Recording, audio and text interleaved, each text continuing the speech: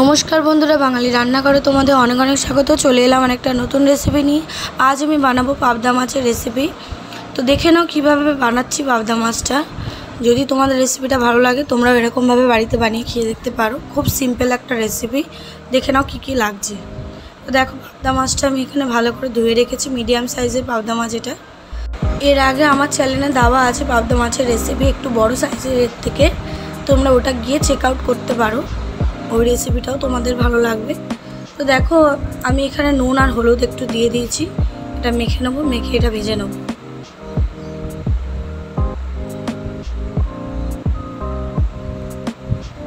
দেখো, তেলটা গরম হয়ে গেছে। পাবদা মাছটা দিয়ে মাত্র ঢাকনা চাপা দিয়ে দিতে হবে, নাহলে পাবদা মাছটা ফাটে। দেখো, আমার এক পাট ভাজা হয়ে গেছে। আমি এক পাট করে উল্টে দেবো।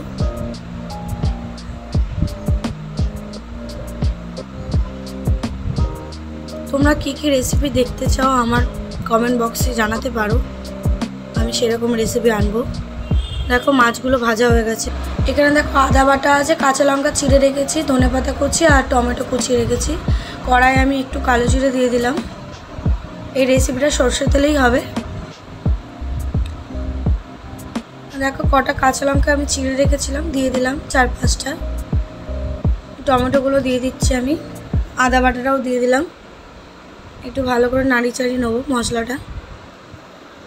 এবার আমি এখানে নুন দিয়ে দিলাম 2 চামচ মতন। তোমরা তোমাদের স্বাদ বুঝে নুনটা দেবে।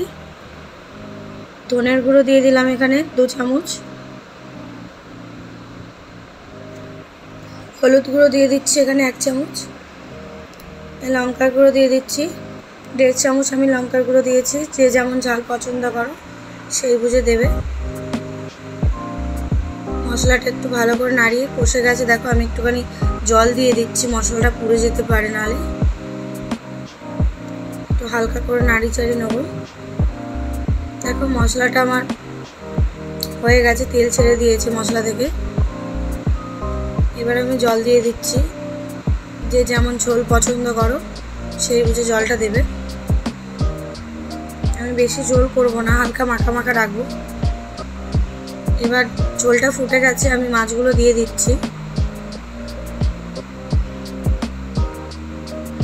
5 মিনিটের জন্য আমি ঢাকনা চাপা দিয়ে রেখে দেবো।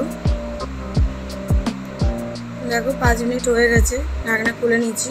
রেসিপি আমার পুরো রেডি। এবার শুধু একটু ধনেপাতা কুচি ছড়িয়ে দিচ্ছি আমি।